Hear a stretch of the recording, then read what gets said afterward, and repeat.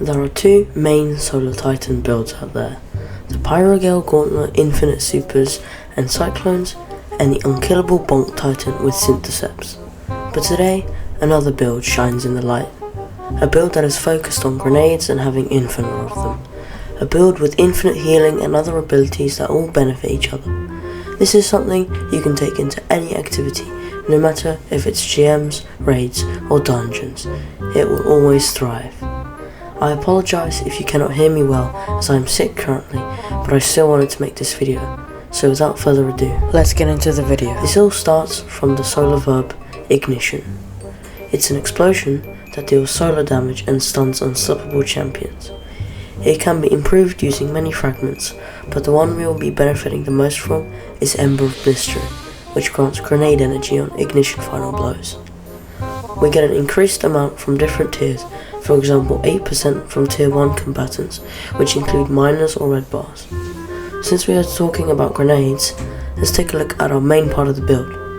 The grenade is the fusion grenade, which is not very good, but I won't go much into it as the exotic alters it. The main thing about it is that it applies Scorch and has a cooldown of 1 minute and 13 seconds. This can be changed when our discipline is at max stacks, so 100. Our exotic of choice is the Ashen Wake, which makes our fusion grenades faster and detonate instantly on impact.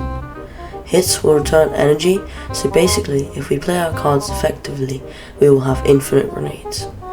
This exotic also makes our grenades stun unstoppable champions, which can sometimes save our life. Okay, now we have infinite grenades, but what about healing and melees?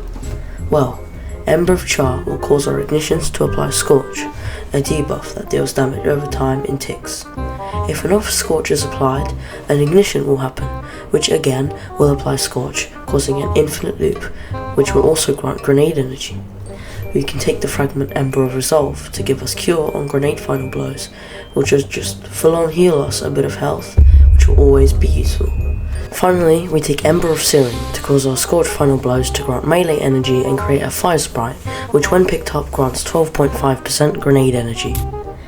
For our melee ability, which we now have lots of thanks to Searing, we would take the Throwing Hammer as it's an infinitely better option, but today we will take the Hammer Strike, as if we defeat a target with it, it will create an ignition, which will grant us grenade energy, and Scorch, which will grant melee energy, and oh my god, bro. Oh, hell no, man. What the fuck, man? Grenade energy, you see? Since we are getting so many kills with our Scorch, let's take Sol Invictus as a first aspect. Sol Invictus causes us to create a sunspot on kills after defeating a target with Scorch or weapon abilities. Standing in these sunspots will grant us Restoration ×1, which is a passive healing buff that will really help us in survivability. Standing in the sunspot will also grant us a 100% increase in base grenade and melee recharge rate. If an enemy is standing in a sunspot, it will get scorched. This will really help us out in tough situations. For our second aspect, the choice is up to you, as Roaring Flames will increase our solar ability damage on ability kills or ignition kills, but at the same time, Consecration can produce really large ignitions after we use our melee when we slide. The choice is really up to you.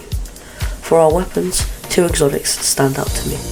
If we're going into high-end activities, something like Polaris Lance will be very powerful. But if you want to go into lower death chance activities or want to play aggressively, I suggest the Conditional Finality, a shotgun from the raid Root of Nightmares, which not everyone has. Which is why I suggest the Dragon's Breath paired with the BXR Butler from Dares of Eternity, as it can roll with Demolitionist, which grants grenade energy, but also Incandescent, which scorches targets nearby after getting a kill. Now this is not completely necessary, but any weapon will do as long as it has one of those perks. Personally, I prefer using the Amit AR2, as it is clean, but feel free to use whatever you like. On our helmet, we're going to want Double Ashes to Assets and Harmonic Siphon. On our arms, we're going to want Impact Induction, Firepower and Grenade Kickstart. On our chestplate, any resistance you need. On our legs, we want Innovation and Elemental Charge. On our class item, we're going to need Bomber and Powerful Attraction. This Titan build is one of my most enjoyable builds, and I hope you like it as much as I like my subscribers. Hope to see you again. Thanks for watching. Bye.